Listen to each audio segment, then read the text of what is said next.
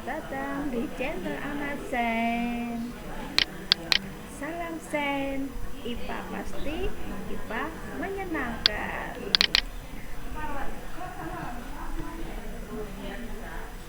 Halo anak-anak, kita lanjutkan pada pembelajaran organisasi kehidupan. Sebelum memasuki organisasi kehidupan, salam Sen, IPA pasti IPA menyenangkan. Oke, kita lanjutkan ya anak-anak.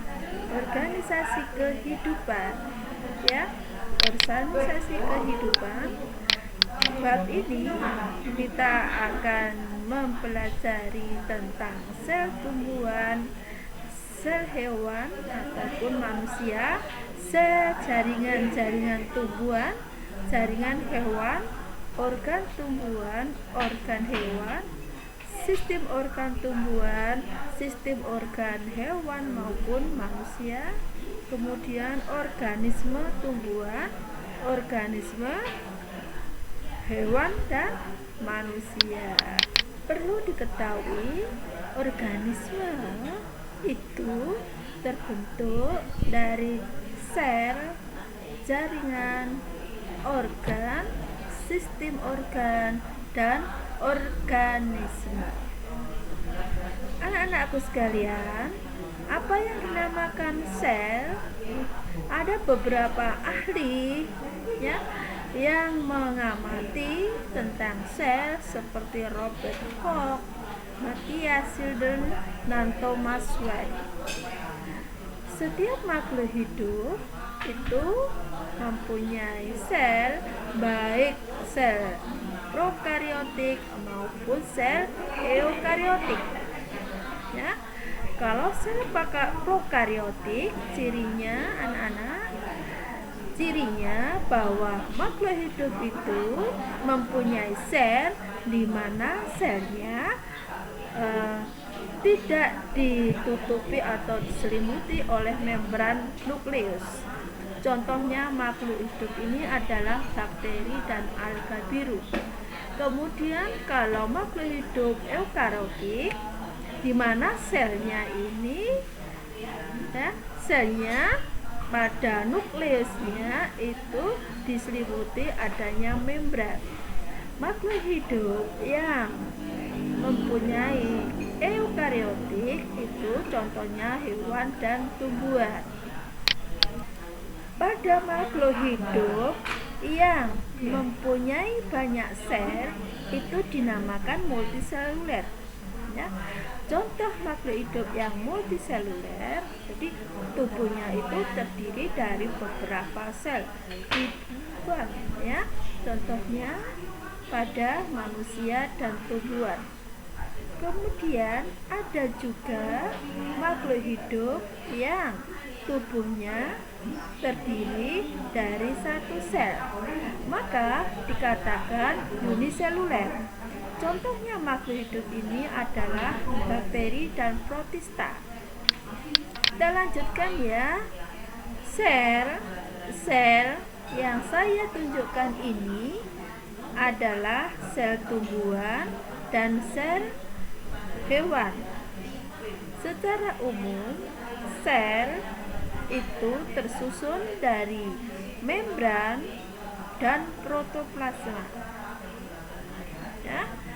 Walaupun ada organisme tertentu ya yang mempunyai bagian khusus ya terdiri dari satu sel.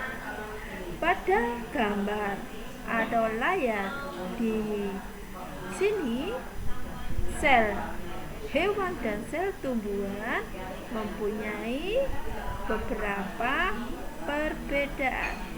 Ya, lanjut. Perlu diketahui kalau salah satu sel, misalnya salah satu kita ambil sel tumbuhan, bahwa sel itu ada membran selnya. Jadi pada sel itu kita ambil, kita lihat ya, maka komponennya ada organel-organel yang dimiliki. Apa saja itu? Membran sel, sitoplasma, nukleus, ya, nukleus, mitokondria, ribosom, retikulum endoplasma, badan Golgi, lisosom,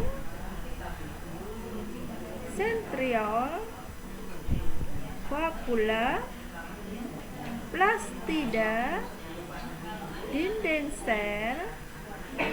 Nah, jadi makhluk hidup itu ya mempunyai baik satu sel maupun banyak sel.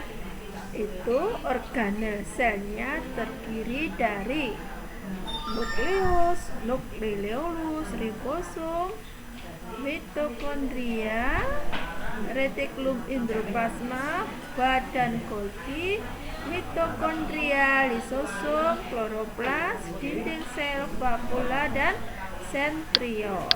Yang perlu diperhatikan bahwa sel hewan dan sel tumbuhan itu mempunyai beberapa perbedaan dan persamaan. Perhatikan pada data ini, kloroplas tidak ada pada hewan, tetapi dimiliki pada tumbuhan. Hewan tidak mempunyai dinding sel, tetapi kalau tumbuhan mempunyai, ya. Sentriol pada hewan ada, tapi kalau tumbuhan tidak ada. Jadi jelas sekali perbedaannya antara sel hewan dan sel tumbuhan bisa kamu saksikan atau kamu perhatikan pada tabel ini. Ya, jaringan-jaringan yang ada pada tumbuhan adalah jaringan epidermis, jaringan parenkim, jaringan penguat atau disebut dengan penyokong, kemudian ada jaringan pengangkut atau sistem transportasi atau jaringan transportasi. Jaringan-jaringan yang ada pada tumbuhan terdiri dari meristem primer, meristem sekunder, epidermis, parenkim, penguat, xilem, dan floem. Kemudian jaringan hewan terdiri dari jaringan epitelium, jaringan otot, jaringan saraf, kemudian jaringan penyokong. Jaringan-jaringan tersebut pada hewan: epitelium, otot lurik, otot polos, otot jantung, saraf, tendon, ligamen, tulang, darah, dan limfa.